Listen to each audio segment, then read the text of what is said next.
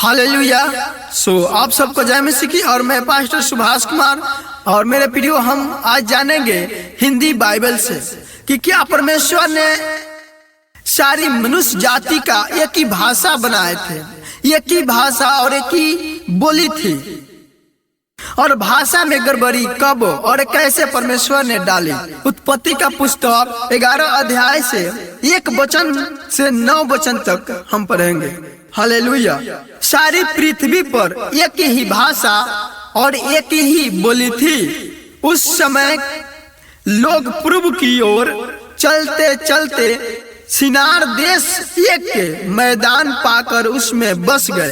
तब ये आपस में कहने लगे कि आओ हम ईंट बना बना के भाली भांति आग में पकाएं, और उन्हें पत्थर के स्थान में ईंट से और चूने के स्थान में मिट्टी के गाढ़े से काम लिया।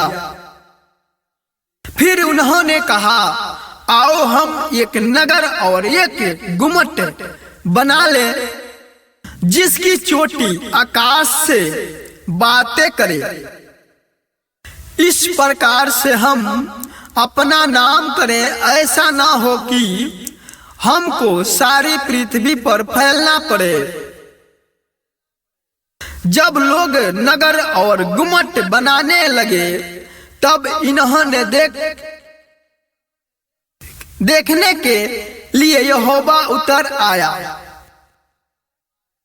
और यहोवा ने कहा, मैं क्या देखता हूं कि सब एक ही दल के हैं, और भाषा भी उन सब की एक ही है, और उन्होंने ऐसा ही काम भी आरंभ किया। और अब जितना ये करने का यत्न करेंगे, उसमें से कुछ उनके लिए अनहोना न होगा। इसलिए आओ हम उतर के उनकी भाषा में गड़बड़ी डालें कि ये एक दूसरे की बोली को न समझ सके।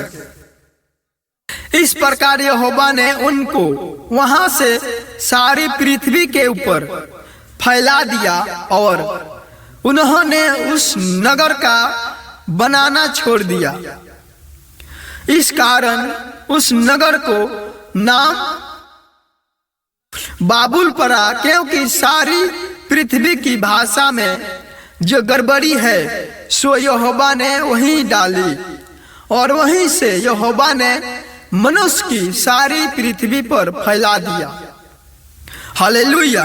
तो मेरे प्रियो, आज हम इस वचन से प्रभु सिखाना चाहते हैं कि जितने मनुष्य जितने इस पृथ्वी पे थे, एक ही भाषा और एक ही बोली थी, पर परमेश्वर की आज्ञा ना मानने की वजह से, परमेश्वर की आज्ञा उल्लेख करने की वजह से परमेश्वर ने कहा कि तुम सारी पृथ्वी पर फैल जाओ, पर इन्होंने अपना एक मार्ग बनाने लगे कि जो आकाश से चोटी मिले और हम सबको स्वर्ग में जाना पड़े जब लोग बहुत बढ़ जाए। तो इस लेकर के परमेश्वर ने भाषा में गड़बड़ी डाली, ताकि वो लोग आगे ऐसा न कर सके, क्योंकि परमेश्वर ने पूरा पृथ्वी में फैलने के लिए आशीष दी है।